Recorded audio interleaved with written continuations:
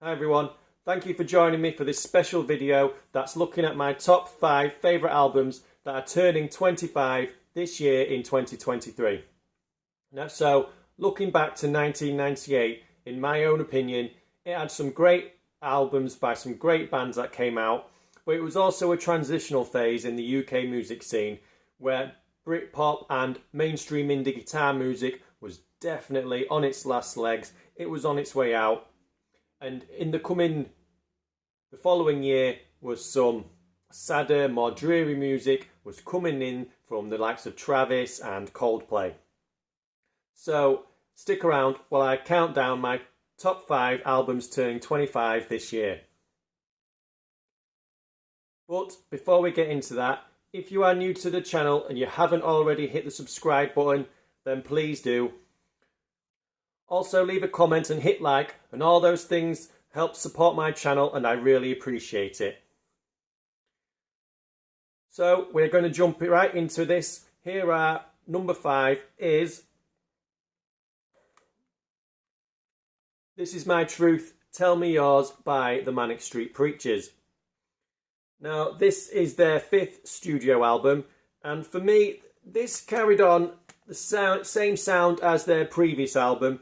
I mean, the songs still have that big stadium sound to them, and If You Tolerate This, Your Children Will Be Next, and You Stole the Sun From My Heart are big sing-along anthems for the Manic Street Preachers, and they are songs that still receive occasional radio play. Don't matter what radio station it's to, they still receive a few hit plays every now and then.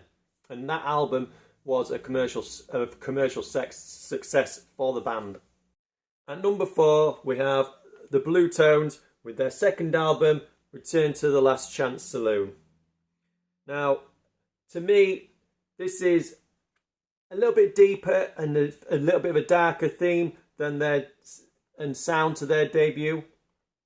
And that being said, it is still a jangly indie guitar album. You've still got guitar riffs in there which all sound good, and it's a solid album from the Blue Tones, definitely building on the success that they had the first one. It is definitely underrated and often overlooked.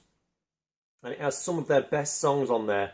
So you've got the likes of Solomon Bites the Worm and If. If always gets played live when they're out on tour, and everyone's singing along, going na na na na na na na. So yeah. Right. Final 3. In at number 3, we have one of my personal favourites, Ballroom, and their only album, Day After Day. Now, Ballroom formed in 1995, but they didn't get this out until 1998, 3 years later, which is very, very rare for the 90s, because often bands would be signed and they'd have an album out within the first 6 to 12 months. The vocal and lyrical talents of singer Gary Prosser are on full show on this album, and his angelic voice comes through in great depths. And with every song telling a story, this is an album which sounds grand and operatic and orchestral at the same time. It's got great hooks, it's got great melodies, and it is definitely a hidden gem of 1998. If you see this out in the car boot sale or a charity shop, I'm telling you now, you definitely pick it up because you will not be disappointed. It's a definite gem you should have in your collection. In at number 2, I have got Pure Essence and Only Forever. Now this is also the band's Pure Essence second album, and this is probably the heaviest album in this listing, and it has definitely got more of a rocky sound to it. Now it is full of big songs that could fill any stadium with the likes of This Feeling and Sharpen Up the Knives.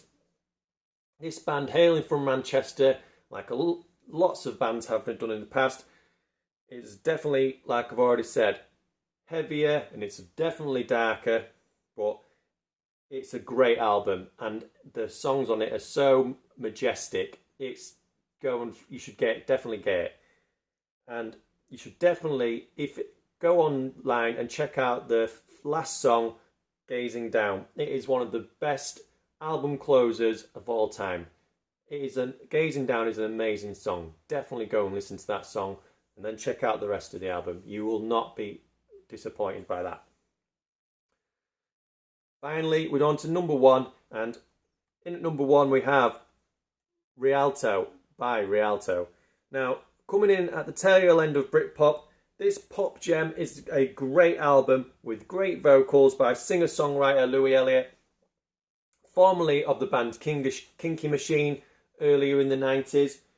And Rialto are best known for having two drummers, if you didn't know already. Yep, they had two drummers, which worked well with the layered keyboards that they had in the songs and everything going on. Now, the songs on this album, sung by Louis, have a real royal presence. They're right up there, and it is baroque, it is theatrical, and it is a superb collection of songs. It's got Untouchable, Monday Morning 519, Dream Another Dream, Broken Barbie Doll, Summer's Over. There's just all them classic songs are on there, and in my own personal opinion, this album should be in everyone's collection. Definitely Rialto by Rialto is my number one album, turning 25 this year. But there you go. This is my top 5 albums turning 25 this year.